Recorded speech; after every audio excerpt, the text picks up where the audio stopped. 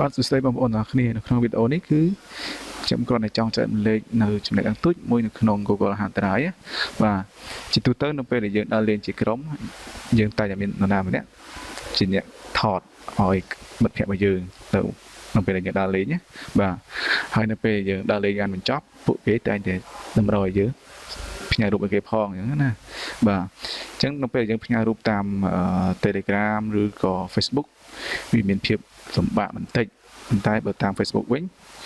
យើងផ្ញើទៅវាកាត់សាយរបស់យើងហ្មងរូបភាពយើងច្បាស់ដល់ពេលយើងបើក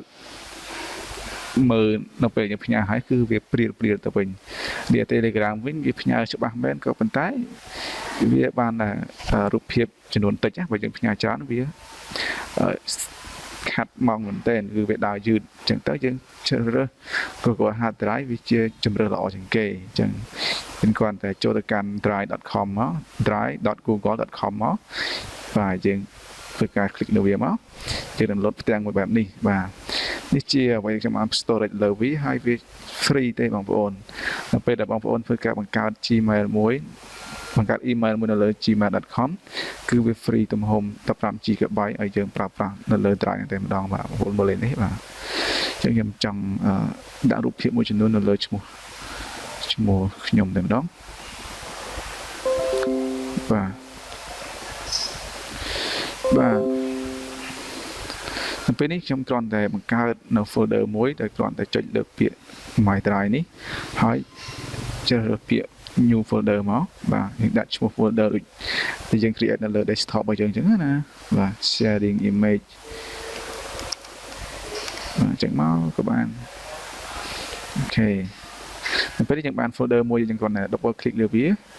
ហើយយើងចុច mouse ស្ដាំដើម្បី upload file បាទ upload ជា folder ក៏បាន upload ជា file ក៏បាន folder មានថាយើងថតជាច្រើននៅក្នុង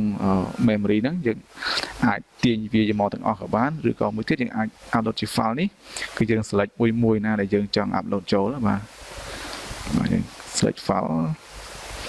ហើយជ្រើសរើសកន្លែងរូបភាពនេះយកនេះមួយស្លឹកបាទអញ្ចឹងវា upload ហើយបាទនៅពេលនេះយើងអាច upload ចូលរួចហើយក្នុង drive ហ្នឹងបាទនៅពេលនេះដើម្បី share ទៅកាន់មិត្តភ័ក្តិរបស់យើងគ្រាន់តែចូលទៅកាន់កន្លែង sharing image ឈ្មោះ folder របស់យើងហ្នឹងបាទបន្តមកទៀតយើងចុចពាក្យ get link បាទ get link បើសិនជាចុច share នេះបងប្អូនត្រូវតម្រូវឲ្យយើងមានថាយើងត្រូវដាក់ email ឈ្មោះអាស័យដ្ឋានពិតប្រាកដនៅមនុស្សណាដែលយើងចង់ផ្ញើទៅថាខ្ញុំផ្ញើទៅ Mr. B អញ្ចឹងយើងត្រូវមានអាស័យដ្ឋាន email address របស់ Mr. B នឹងប៉ុន្តែវាធ្វើអញ្ចឹងវាវែងឆ្ងាយបើសិនជាយើងចុច get link នេះគឺយើងផ្ញើ link ទៅគាត់អាចបើកបានដោយមិនចាំបាច់ sign in ញ៉ៃក៏បានដែរបាទហើយឡើង restrict នេះគឺយើងដាក់ឲ្យ anyone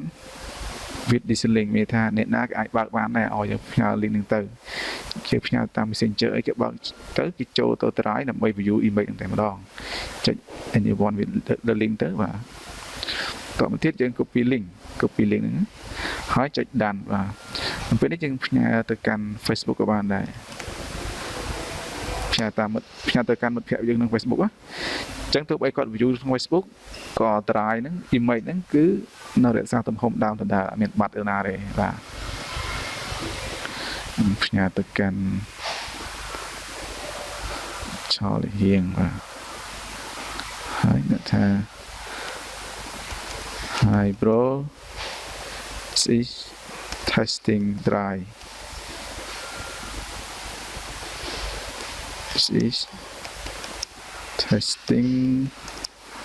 sharing image from Drive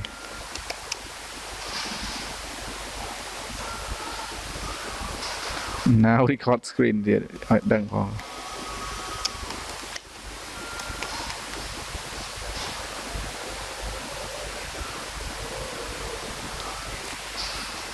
now record screen បាទចឹងនៅពេលគាត់បើកទៅគឺឃើញរូបហ្នឹងឯងបាទសូម្បីយ៉ាងបើកលើហ្នឹងក៏ឃើញដែរបាទវា load មកហើយបាទអញ្ចឹងវាអត់បាច់ទាមទារ password អីទេបាទវា load ចូលទៅកាន់រូបភាពហ្នឹងហើយយើងគ្រាន់តែ click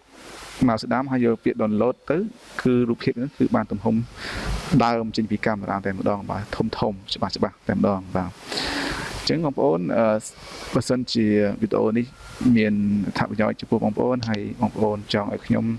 ធ្វើការចែករំលែកនៅចំណេះដឹងដទៃផ្សេងទៀតសូមបងប្អូនមេត្តាជួយ Subscribe Channel ខ្ញុំផងបាទអរគុណច្រើនជម្រាបលា